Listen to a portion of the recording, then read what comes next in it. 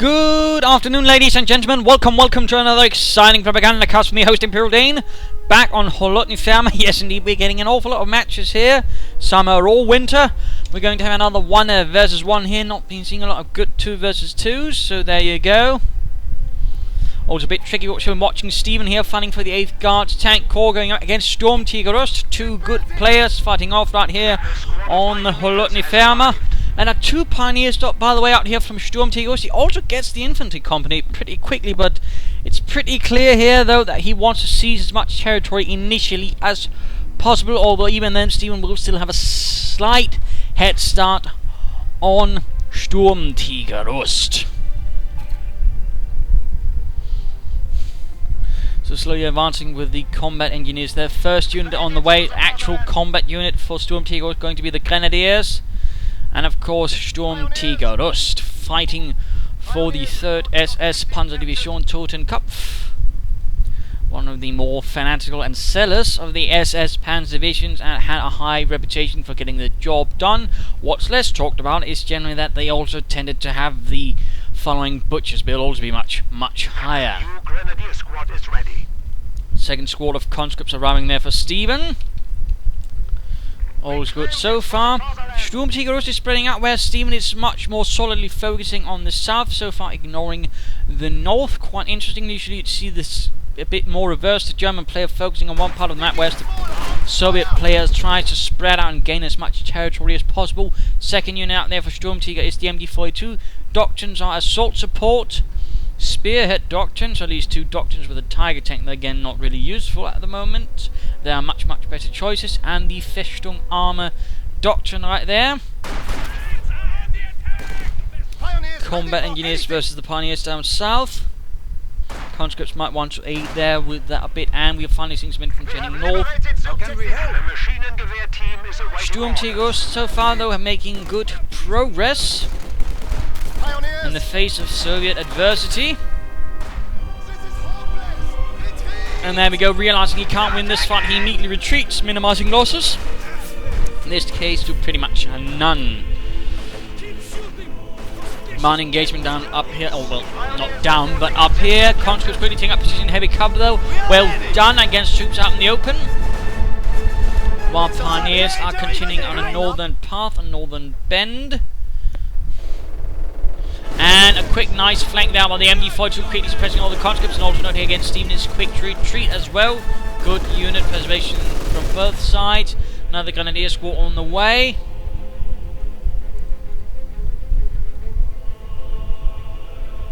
Germany now holds the victory. 3 squads of conscripts. We are ready for action. And the Soviet army was largely composed of conscripts, men who were hastily drafted into the army and forced away into it, and sent to the front with little training. And generally the Soviets did not have much problem basically conscripting wherever they went. It's also usually why the Germans would, before they retreated, try to take all the men with them as well, so the Soviets couldn't conscript them.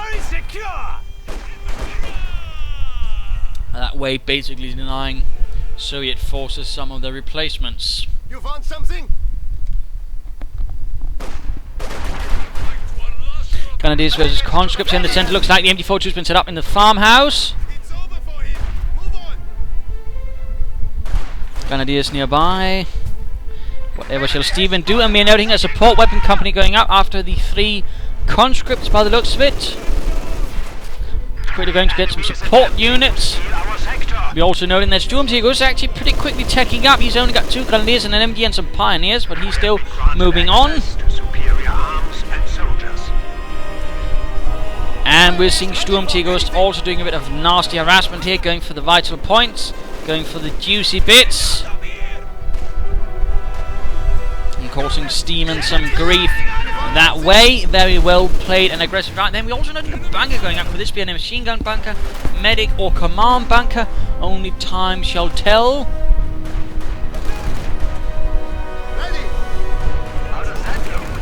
Southern position has been secured. Flamethrowers equipped for the combat engineers. Well done, well done, well done. If you can get them close enough, that is. The Pioneers are not doing so well, but we do see Grenadiers arriving on the scene to provide support. North is largely German, and we are of course seeing some penetration into Soviet territory. And where we go, cut off point, denying Stephenn all of his southern resources. Cheeky play right there. Cheeky play, and the response is the Maxim machine gun popping out there. A mortar could also be a consideration due to the sort of placement of troops, and we are noting it's actually a medic bunker up here. Sturmtigerost clearly being a fan of the forward medic bunker to provide healing for his troops at the front line. That is definitely one approach you can go for. Definitely one approach. Certainly something to note, although I'd usually still recommend you try to make it less of an obvious target and not place it that much out in the open. But I can see the logic behind it, because if they heal the troops during the fighting, I mean the individual soldiers will that way be much tougher and much harder to actually take down. So the logic behind it is sound, but it's obviously not without its own perils. Like the mechanized company is up. Maxim set up here looks to be overwatching over the cut-off point. Stephen's not going to be drawing into the fight. And poor Heinz caught on fire. Grenadiers! So small hunt there for the Grenadiers. One squad quickly retreated. No upgrades, and we're going for a half-track then. Looks like it's going to be the flame for a half-track. Also noting how many munitions Sturmtigerost has. And also note the Granatenwerfer, the mortar. Stephenn making good progress in the north now. Maxim's still not pulled in, but looks like again he's going to have a just watch over here, and the Pioneers are going to take the bait. And immediately come under fire. And immediately one Pioneer's down. This fence splinters. Another Pioneer's lost. Sturmtigerost might want to consider actually pulling out. You found something? And also note, just as units are pinned, they actually receive a little less damage for some period, which is also a slight disadvantage for the MD42, meaning that way it's also gains a slightly less killing power much faster. And there we go, half-track on the way, flamethrower being upgraded. Maxim got a bit too far overhead, and Stephenn is completely caught off guard with this. This is actually bad news. If you can sneak in a flamethrower half-track like that, you can cause your opponent a lot of harm. And that's clearly what's happened now. Stephenn's got, looks like, by the looks of it, no anti-tank grenades, and he's certainly got no field gun. But we do see a nice flank here with the flamethrower engineers going to hit the machine gun.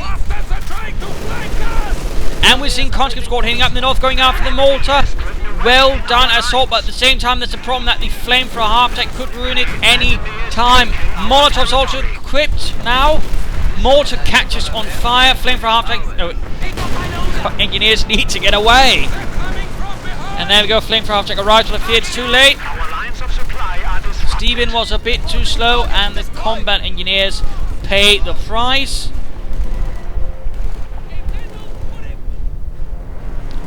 Sad but true. In the meanwhile, though, Stephenn has gained most in the north, denying Sturmtigerost the vital resources there as well. In fact, Sturmtigerost currently holds only strategic points. No munitions, no fuel. We're actually seeing a Guards infantry squad out there for Stephenn. I would have expected a field gun, but Guards infantry can do the trick as well, though they have to be a bit more cautious when dealing with the flamethrower half-track. So that is definitely something that actually killed. Oh, he had a mine. Well done, Stephenn. Mining is always good, and the entire Grenadier squad lost. A blow to the Wehrmacht. A blow to the Reich.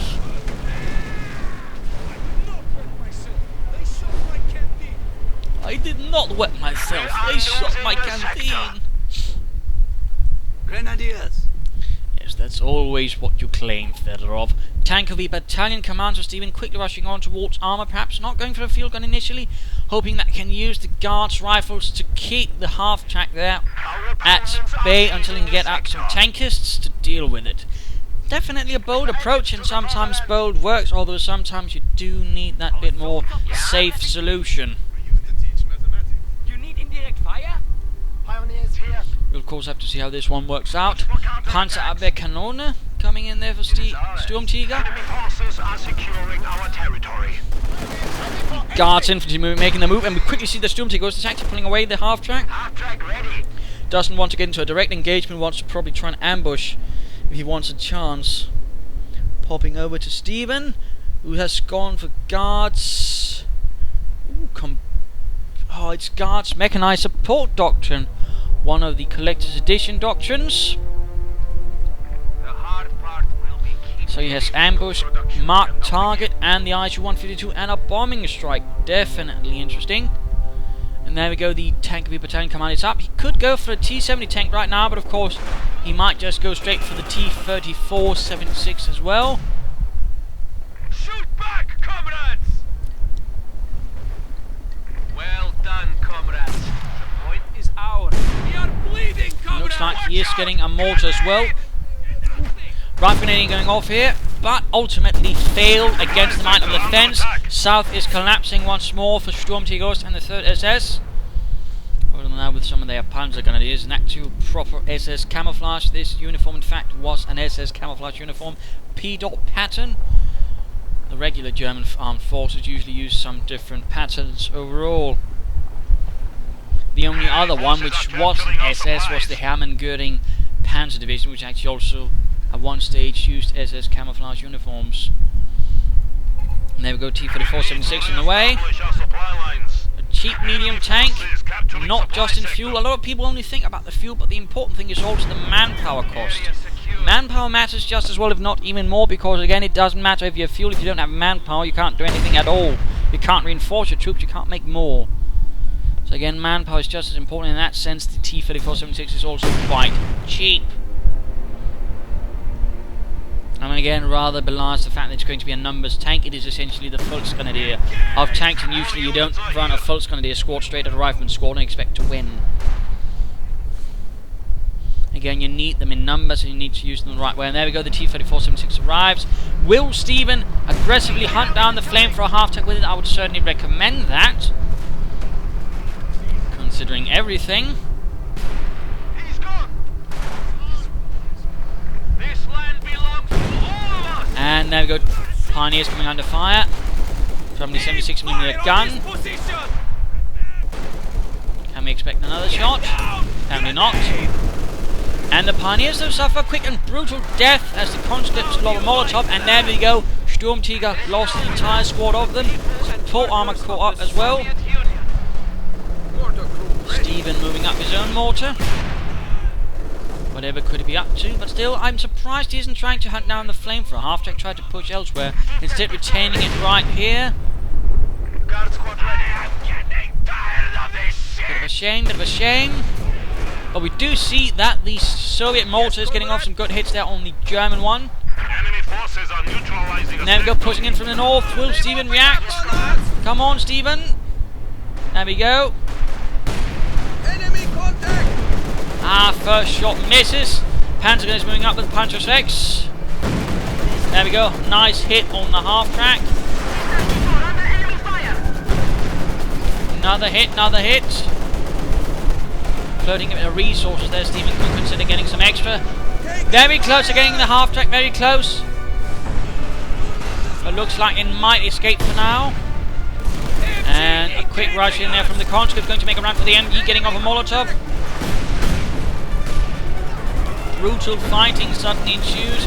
Conscripts are running into problems. It looks like he didn't have anti-tank grenades. Oh, what a shame, what a shame. He could have gotten the anti-tank half-tank right there, had he.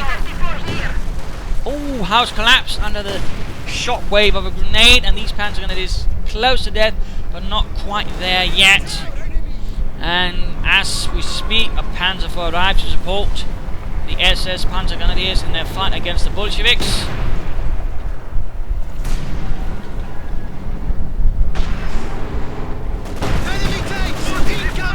Guards, rifle squad inside the church doing what they can with their anti-tank rifle, and ramming in the T-34 into the Panzer IV. A bold move, though I fear he may not quite have the tool to move. And we're actually seeing Sturmtigerost seizing upon the opportunity to move up and hammer away at the T-34. Stephenn's best chance right now is actually to lock down some smoke in front of the T-34, I would say, or get off a grenade on the Pak-40. I fear it might be too late. Another T-34 is on the way, but this one will likely be lost. Which is definitely a bit of a shame, as it was very close to Veteran G1. Guards riflemen are suffering bravely to the Panzer IV and mortars. Maxim moved up. And then we got actually Veteran G1 for Stephenn's mortar. Maxim setting up.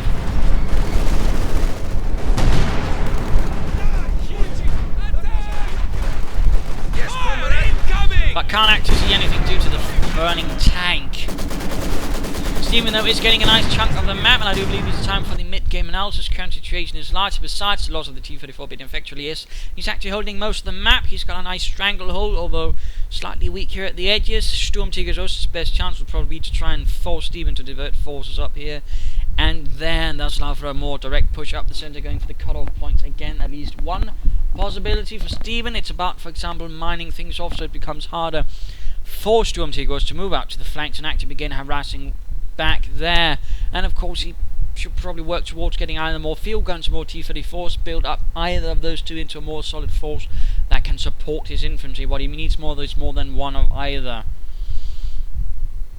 And then Stephenn needs to get a bit aggressive, but again, mines I think really is one of Stephenn's current main priorities. Get down some mines, make it hard. In fact, we're noting here that Sturmtigerost is mining himself, doing his best to make it harder for Stephenn to actually move towards the north, which is actually a good move.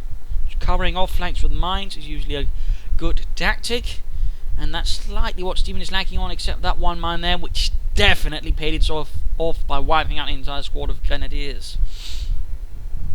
But again, more armour.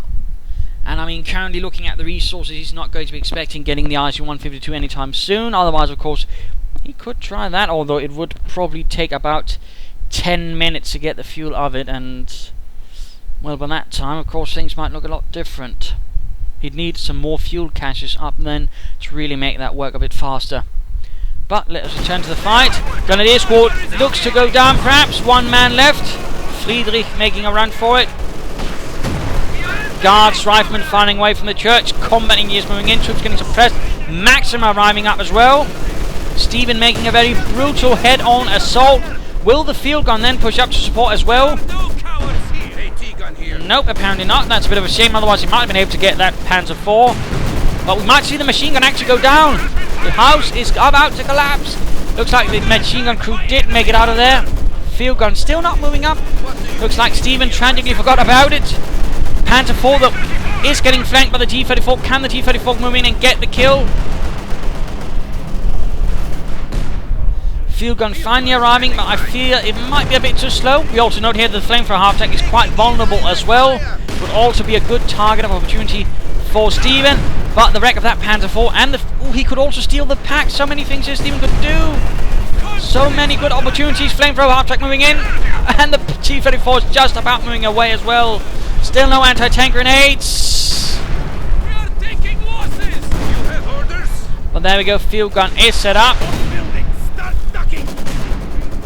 Bit of a bold assault, but I fear the field gun was a bit too late, and the same with the T-34 movement. So a few slight accidents. And we're actually seeing a barrage trying to hit the Panzer IV and everything else cross over the house. Stephenn is definitely... Oh, lost to a mortar. A huge mortar hit right there. Gaining it veteran 2 by the looks of things as well. Which is, of course, also the reason of careful about climbing things out as well. We're also noting this mortar is also veteran 2, and the half-track actually went down to it, I think. Yes, indeed. Panzer is advancing, but they are suffering to the T-34.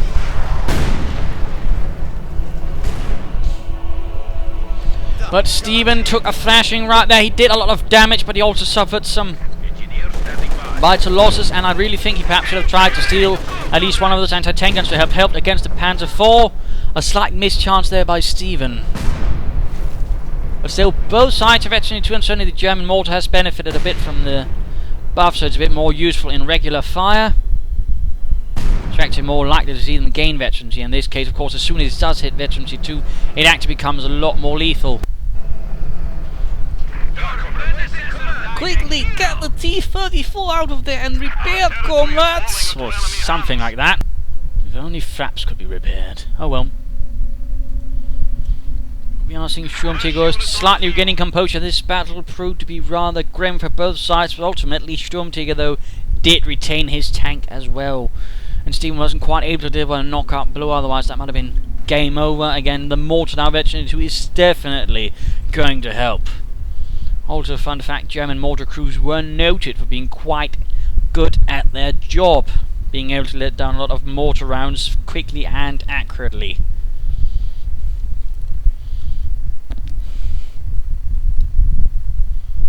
Rifleman ready.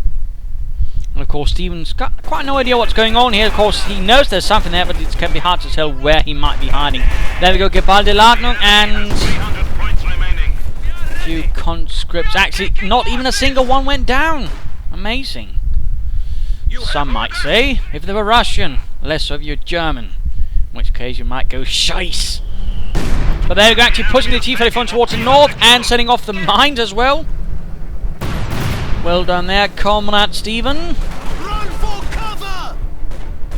Be brave, comrade! Grenadiers with, well, Panzer Grenadiers with punch protection, counting a bit of nasty resistance here from the Guards infantry and the conscripts. Bundle grenade once more fails to make even the slightest of dents. Ready! Watch out! Could the Panzer Grenadiers go down? No, looks like they made it. Panzer IV rushing ahead, supported by the MG42. Quickly buttoning it up. Will he call in marked vehicle as well? That would definitely be a good move if he's going to pull off anything additional. Mortar round impacting on the medic bunker. Panzer is almost wiped out. Looks like they did get a squad of conscripts. And there we go. Stephenn launches an assault. There we go. Marking the target. Buttoning it up as well. Can he get it? Can he get it? Needs to be careful though. Oh, Sturmtigerost has recruited the pack, so this could definitely prove to be dangerous. And this would not be a bad time track to ram the Panzer IV. Of course now, oh, second Panzer IV arriving, pack arriving as well. Stephenn might have been a bit too slow. Veteran to one for this, T-34 as well. But this is very quickly going very sour.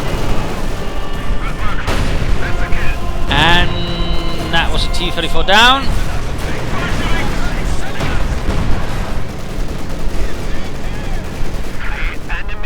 Max moving north, but still Stephenn is lacking in the field gun. Still a bit unfortunate he did not recruit that one. And he's now 2 T-34 short without having done any serious harm.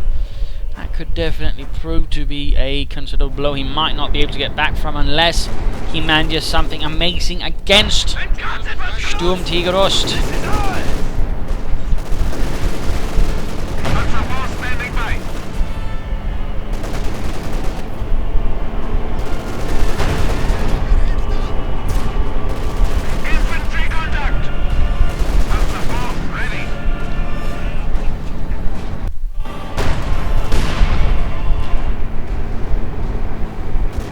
And a Panzer IV on a rampage. Not really much to worry about since he's knocked out most of Stephenn's teeth.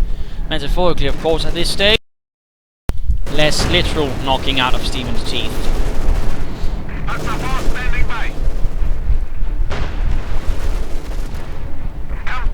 New unit has arrived. Field gun, though, is ready. We're seeing the Guards infantry doing quite a bit of nice damage there. Buttoning up, going to rush in, but at the same time MD42 suppresses. There we go, Panzer IV hit. And we're also noting Festung armor. And a Molotov on the mortar. Can he get it? Apparently not. Could he try and recruit perhaps the field gun behind the other Panzer IV and rush it? But no as well either. Panzer gun has arrived. Sadly a missed opportunity right there for Stephenn. Quite the missed opportunity in fact.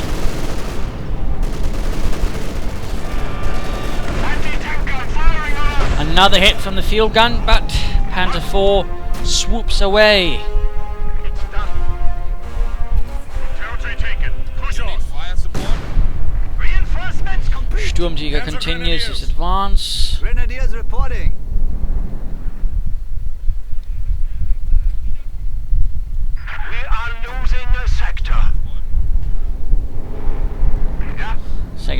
arriving, and we're also noting he's actually cloaking his field gun. Not that it actually imparts any sort of combat bonuses upon them. They don't, for example, like the German ambush ability for Grenadiers, Panzer Grenadiers, and MG42s actually, for example, gain a small damage bonus as they peer out of the ambush. And now we're seeing a command Panzer Force to support the Panzer Force. That's definitely going to be a small armoured fist. Oh, Guards infantry need to get out of their church! Sadly, two did not make it out, Yuri and Ivan. Worst of all, they were actually atheists.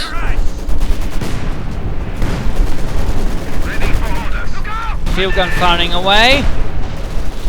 But of course, now with the Panzer Force, it's going to be taking a lot less damage from the field gun, or at least considerably less.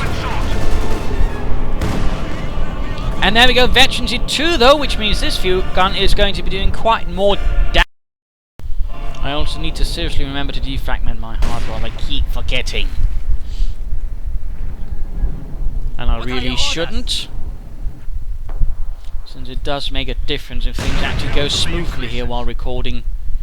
Quite the difference. Specially outfitted Panzer IV command tanks are now available. Machine gun firing on us! Well, it looks like Stephenn's mortar is very close to getting Veterancy free. Though, in a more sort of direct sense, I mean, it's not going to affect the sort of regular mortar bombing, but of course it's going to mean that the barrages can actually be fired a bit farther. Veterancy 2 is usually where, well, all mortars usually get a lot more interesting because they get more damage. And the thing about that is there's usually, I mean, when it comes to splash damage, there's a part where it does full damage, but there's also sort of part of the fire where it does a lot less. But when all of a sudden mortar does a lot more damage, of course, that bit's going to be becoming a lot more dangerous as well. Which basically means overall, the amount of splash damage of the mortar will overall get more improved, and those units farther away, which would usually be safer, are now considerably less safer. That's the trick about it. And my apologies if I didn't quite explain it in any manner that made sense, but I tried. But clearly, I mean, Sturmtigerost is following the advice of Guderian, which is, you know, you punch with a closed fist, not an open hand. And of course, in that sense, he's bunching up all of his armour for offensive action. Guards infantry making a run for the centre. Mortar firing away in support. Very close to Veterancy 3 and very close to getting actually that medic bunker wiped out from the face of the earth. And another T-34. Oh, Veterancy 3 Panzer Grenadiers.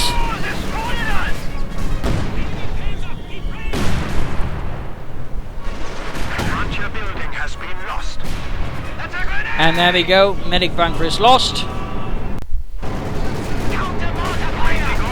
And there we go, the north is collapsing as the armoured fist is unleashed. The mailed fist of the Reich.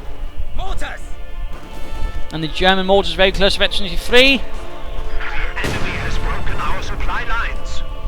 But it might in fact go down to the conscripts. Grenade only killing 2 conscripts despite landing right next to them.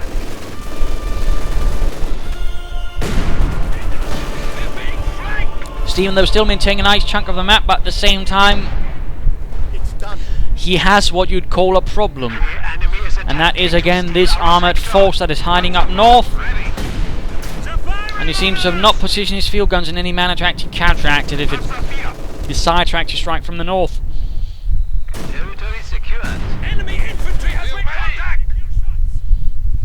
We're also noting, in fact, this has been ordered to hold fire. Stephenn clearly doesn't want to give away his little supplies.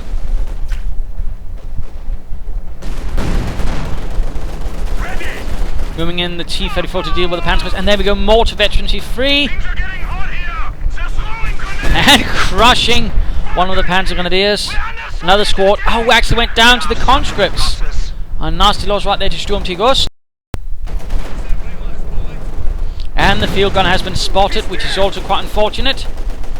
And there we go, as chaos has ensued, We are seeing, and we're seeing railroad artillery calling in. Schwerer Gustav has been ordered to fire. Right around here, right around the centre of Stephenn's defences. And the field gun crew gets wiped out. Our brave infantry is dying. And more losses, and our inflicted field gun needs to get firing. But he's ordered to hold fire, so it's not firing. Oh, the chaos is too much. The Panzer force are rushing through. Field gun dead. T-34 almost went down to a railgun. Hit. And now the entire thing has collapsed. One swift and brutal move from the Sturmtiger has... Oh goodness, they're going to charge straight into all this infantry. It's a massacre. Oh my lord. It's... Oh goodness gracious.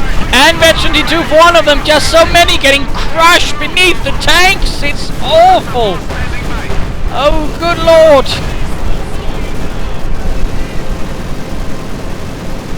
And that's a war crime in the making. Oh well, that's also the usual sort of thing they'd afterwards ask, you know, we gave them a chance to surrender, didn't we?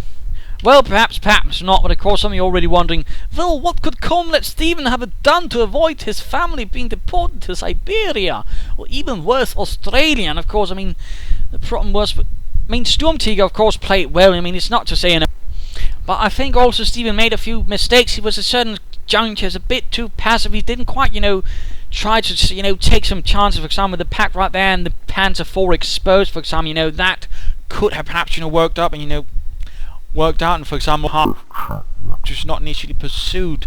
Things like that rather came back to bite Stephenn in the arse. That, combined with the lack of mining when he actually held most of the map to sort of delay any advances from Sturmtigerost, really didn't help either. And I think he had plenty of munitions as well, and well, probably not at this stage, but still, that probably also would have helped. That and the lack of the anti-tank grenades until much later in the fight really didn't help either. I mean, there was sort of few things which rather caused a snowball effect, which rather in the end allowed Sturmtiger to basically rush through, particularly when he forced all of his tanks into force, and then he struck from the north, which clearly Stephenn wasn't quite prepared for, and the whole fire thing there rather went against him as well. So well played by both sides, but Stephenn made a few critical mistakes which ultimately allowed Sturmtiger to get the upper hand, I would say. So there you go, hope you enjoyed this match, hope you learned something from it. If you did, want to subscribe, tell your friends. If you didn't, send in a replay of your own, provide some feedback in comments, and otherwise, feel free to share with friends,